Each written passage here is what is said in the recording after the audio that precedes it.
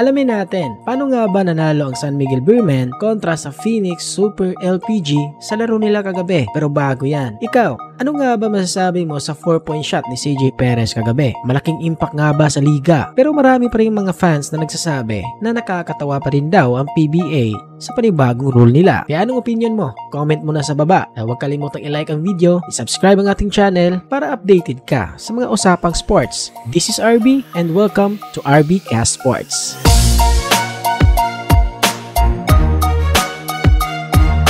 Una sa lahat, si Junmar Fajardo, ang 8-time MVP ng liga. Nagpakitang gilas agad sa loob ng court, nagtala ng 37 points at 24 rebounds. Siya ang naging backbone ng San Miguel Beermen sa kanilang panalo. Alam naman natin lahat na talagang mahirap talunin ang SMB pag ganitong laruan ang pinapakita ni Junmar.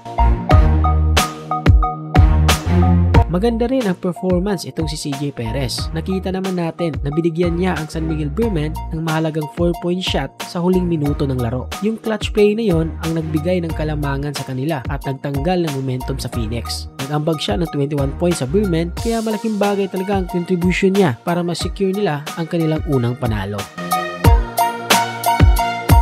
Solidong suporta naman mula sa iba pang players ng SMB, lalo na ang kanilang import na si Jordan Adams. Sa kanyang debut game, nag-ambag siya ng 24 points, 9 rebounds. Hindi lang si Fajardo at si Perez ang nagdala ng laro dahil nagpakita rin ng balance ang buong team na naging susi sa kanilang tagumpay.